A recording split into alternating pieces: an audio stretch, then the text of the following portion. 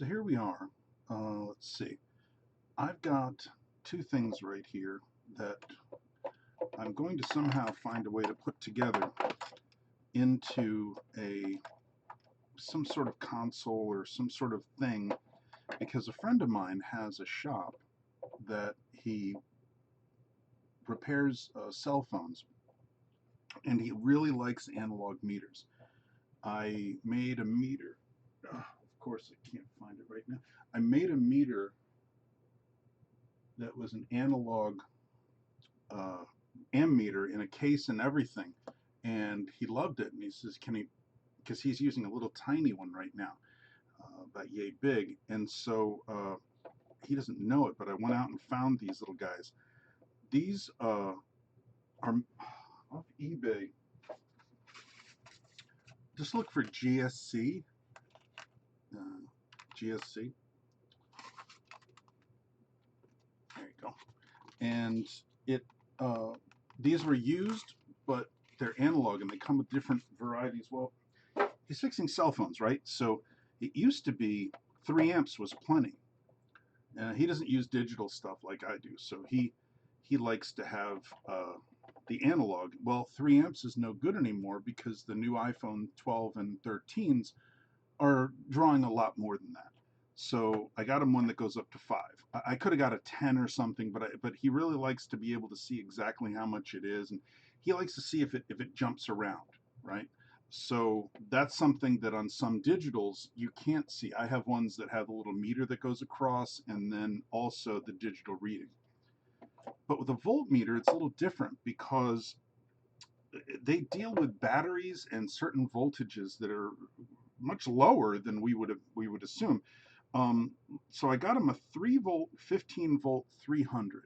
So this little guy will do uh, those 3 voltages against a negative, and you can see by the display they do a pretty good job of dividing the display up. We have a parallax mirror here, which I think is really sharp, but I noticed it's not the most accurate. And what do I say by accurate? It's not linear. How's that? The If I adjust it, the movement adjustment, so that it's okay to say 15 volts over here, I find the middle is not accurate. It reads low. So what I want to do here is I want to go in here and see what type of adjustments and such we can do. There's a neat little manual that came with mine. The ammeter didn't have one. I don't care. I'm just thankful to have something analog that I didn't have to build. This is all put together by somebody, and it looks like this had stickers on it of some sort, and somebody took them out and tried to paint it. But let's just see what we have here. So I'm going to pry this off of here. Haven't done this, so this is a first time. How am I going to get this off of here without damaging some of my tweezers? Let's just try the old knife and see if I can't get a purchase on this lid. This is plastic. This is plastic. The whole thing. There's no metal in it. There we go. I got a little bit here. Ta-da! And as we'd expect, really nothing more than a couple of resistors. Um, quite a quite an interesting solder job if you look. Uh, Hopefully the stupid 920 will focus. So you can see it's an interesting solder job right there where they kind of melted right in. So yeah, it looks damaged. This thing, boy, something happened to it. If you can see on the inside, look behind the meter. Like, I don't know what happened to it, but man, it had a rough life. And there are two very tiny Phillips head screws which hold the meter in. One end is cracked. This is common for these kinds of things.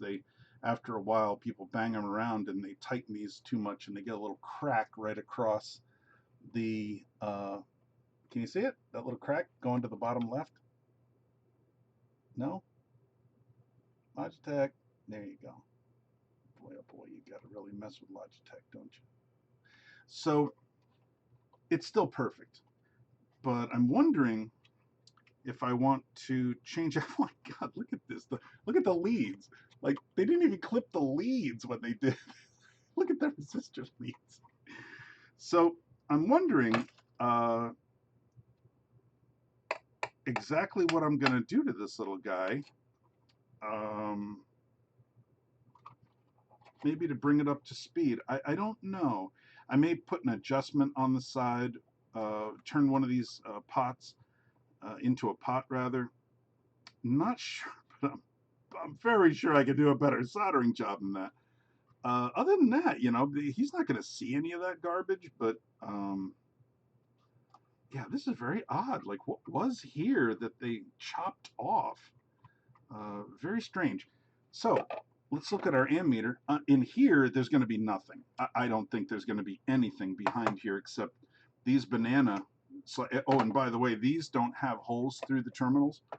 I'm not holding my breath that these will, but they're silver. Oh, they are.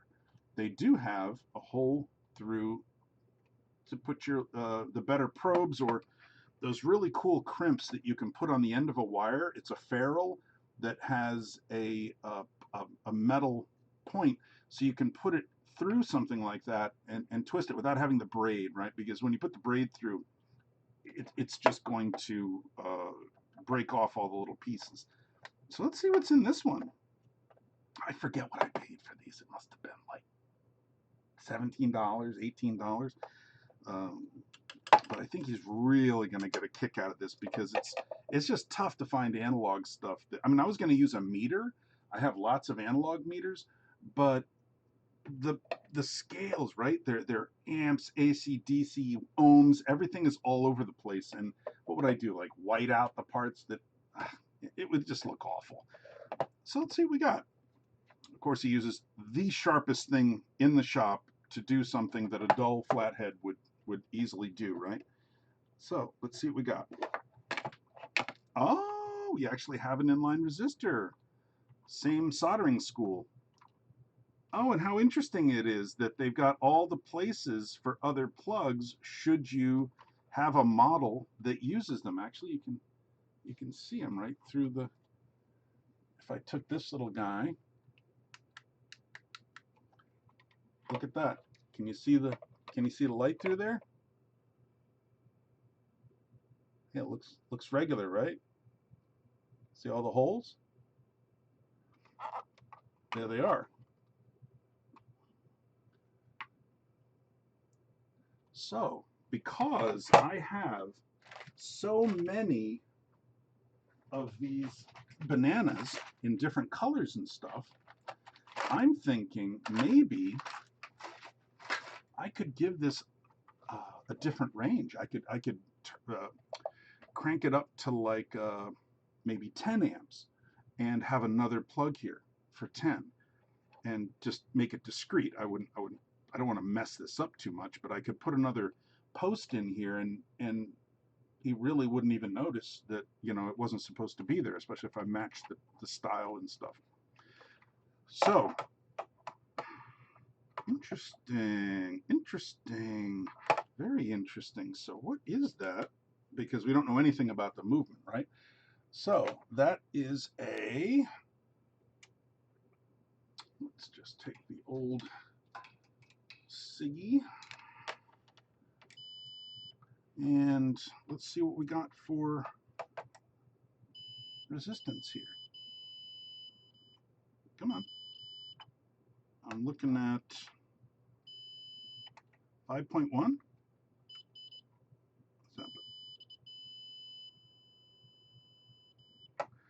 Yeah, it's going all over the place. I can't hold this on it. There we go. 5.2. All right. So I have it on continuity with low threshold voltage. So with low the current threshold right now for excuse me, the voltage threshold for continuity is 50 ohms. So anything below 50 ohms, it beeps. I could turn that up or down, but I have 5.2 ohm resistor. gold. No, it's a 5-0. 5-0, black, black. 500 gold. So it's a 1%. It's a 1% 500. Cool. How interesting is that? So all I have to do here is add another post from the positive, make another post right here.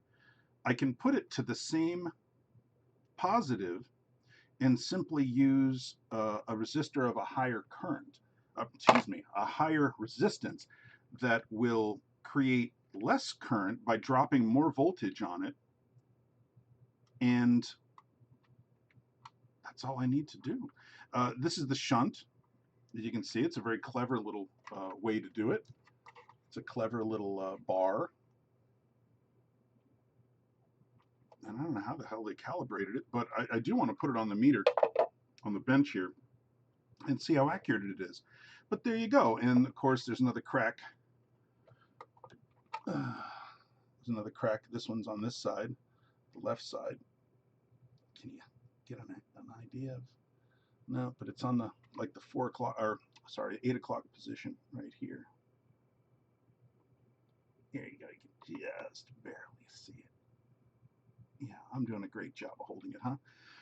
Okay, so more on these guys as I go. I'm thinking, I know that the USB-C spec ends at 20 volts, and I'm thinking of changing this so it can handle more than 15 volts, but you know, 15 is pretty useless unless you're doing like automotive stuff. So I'm thinking I want to make this maybe 30, and that way it'll match the scale. It'll match the scale. If I go to 30,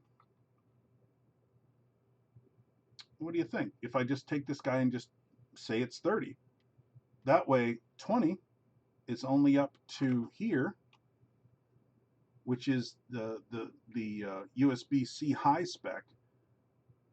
And I think it's a lot more useful because at a 300 ohms, a 300 volt scale, 20 volts is like 2 marks, 2 of the least significant. That's crazy. So I think I'll do that. I think I'll bump this up a little. So stay tuned for that. I'm gonna modify this, and I'll probably modify this to do 10 amps. So he'll have 2 places to plug the bananas into. And yeah, he's old school. So he's really going to like this. What I don't know is how I'm going to mount these things to something. Like what they would, you know, I'm thinking a regular clipboard or something. I mean, what, you know, that kind of material, and cut it. I don't know what on earth to mount it to that, you know, would work. We'll see. So I don't want them just flopping around. I want them to be, you know, legit. And that's it. So we'll stop it here, and this is the very first part of our video, and I'll draw up some schematics and how much these values are and such, and then we'll be able to figure out, maybe with a couple of pots, we'll be able to figure out exactly what we need to do to bump this to 30 and to give us a 10 amp option here on this 5 amp meter. Okay, till then.